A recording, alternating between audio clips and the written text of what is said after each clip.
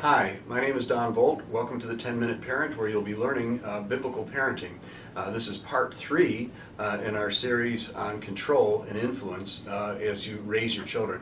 I will tell you, if I could just emphasize this to you, this is one of the crucial sessions for you to listen to, this whole series on control and influence. It is one of the things that I see is probably a secret, if you will, that everybody in America, and if you're listening to this in Ukrainian a little later in Ukraine, you need to learn this if you want to be successful in raising your children. All right. What I found is over the years that most parents, and I think Christians maybe specialize in this, are really good at being good controllers. All right, they're very good at managing their children's behavior as long as they're using control. But when we make this bridge over into having to become our children's leaders, that's where the trouble occurs. We'll talk about it a little bit more, but I really want to make sure that we've anchored home, first of all, the importance of controlling your children when they are young, and second of all, giving you some understanding of how to do this. Let me give you a few scriptures. 1 Samuel 15:22 tells us that obedience is better than sacrifice. What it was, the people were saying, okay, well, we messed up here, we'll come and make some sacrifices and get back on the right side of God. But God is telling them, look, obedience is better than sacrifice. All right, what I want you to understand is that in our culture that says it's easier to get forgiveness than permission, there's this attitude that basically says obedience really isn't that important. In fact, I've been told, if you're a pastor in a church, do not preach on obedience because, this culture just doesn't like to hear about obedience, but the Bible teaches it. And so to understand that with our children, what we're trying to teach them is self-control.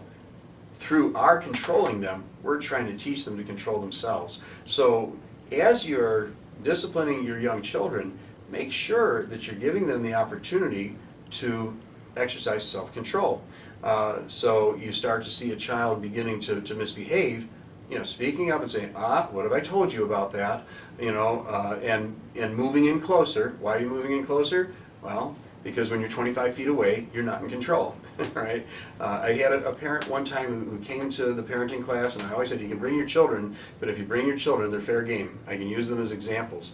And and this one mom, she was saying, I can't control this child. She won't do what I say. And and then I noticed her trying to do this with her child. Well, her child was 30 feet away, 2-year-old, 30 feet away on the other side of the room, about ready to go out the door. And from 30 feet away, she said, "Don't go out that door." Now, that's not a bad place to begin, but she stood still.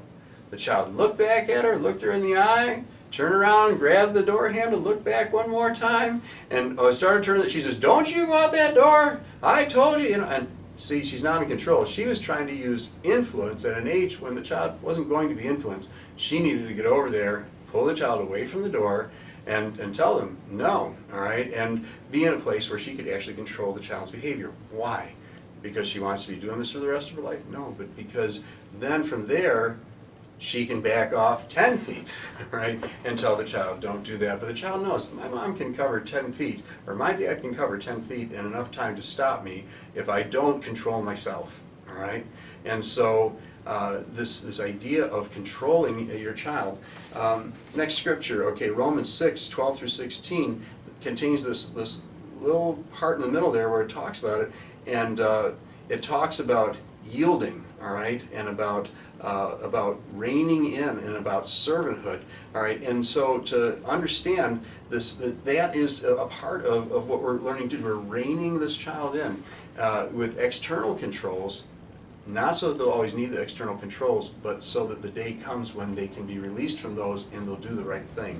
All right, Galatians 5:22 through 24, it talks about the preparing of the heart for the work of the Spirit. All right, that if our heart is prepared for God to work, well, but what do we have to do in order to do that? And a lot of this, comes back to this whole idea of control, being used to bring a child into a place where they self-govern. Enough to where they can then be released. All right, so what are we trying to do through control? All right, first of all, we're trying to teach children to surrender to God and His purposes.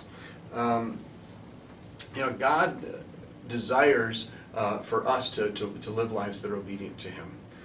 All right, if our children have never been obedient to us, if they've never really learned to come under that authority, they become what Proverbs refers to as an adult fool. All right, a full-blown, full-grown fool. All right, and Proverbs really doesn't offer much hope for that fool. all right? Because they have learned to live life without any consideration being given to what they're being told to do. They won't accept it from you. In fact, if you try to correct them, if you try to instruct them, they'll only rebel more harshly against you. We don't want to allow that to continue to grow in our children. And so what it is we're teaching them by teaching them to surrender to our purposes and surrender to what we're asking them to do. We're preparing them for the day that God is going to ask them to do something or to not do something so that they can respond positively to God. And the other one is that we're teaching children to seek approval from God. One of the things when you're in this control phase with your children is teaching your children to look and do what I call eye checks. When that little child, if they start to do something, call their attention to you. All right, and eventually what you'll see is that child, if they're doing something they aren't sure it's right, they'll look over and look in your eyes and see whether or not you're, showing signs that you disapprove of what they're doing. And again, this parallels very clearly with, our own lives with God and how we respond to Him.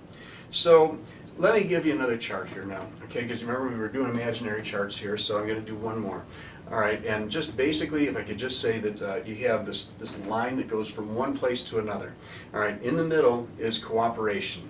All right, and basically all I'm looking for there is for somebody to do what I tell them to do. Moving up from that is a person who, understanding what I want, begins to self-govern and do things that they know that I want them to do, even though I'm not making them do them. All right. Coming down from that is a person who is rebelling against my authority, rebelling against what I want them to do, and is moving, farther away. God set up this very perspective with His people, and He said, look, I'm giving you a couple of possibilities here, blessing and cursing, life and death. He says, choose life. All right, and to understand that if a child will exercise just cooperation, that we can give them a little bit of freedom, and with that freedom, greater responsibility. All right, and then eventually they move on into this place where they're truly blessed, okay, and experiencing life at its fullest. If they move the other direction, they won't control themselves, well, then they come under the control of others. Eventually they come under the punishment of others. Eventually they may be asked to leave, they may be banished, sent away, and of course, obviously, if you get into criminality, eventually they could actually be facing death. And so for them to understand that we want to bring them through control of this place of cooperation and then lead them up into this higher plane of blessing and life. So we'll see you again next time when we start part 4. Thank you very much.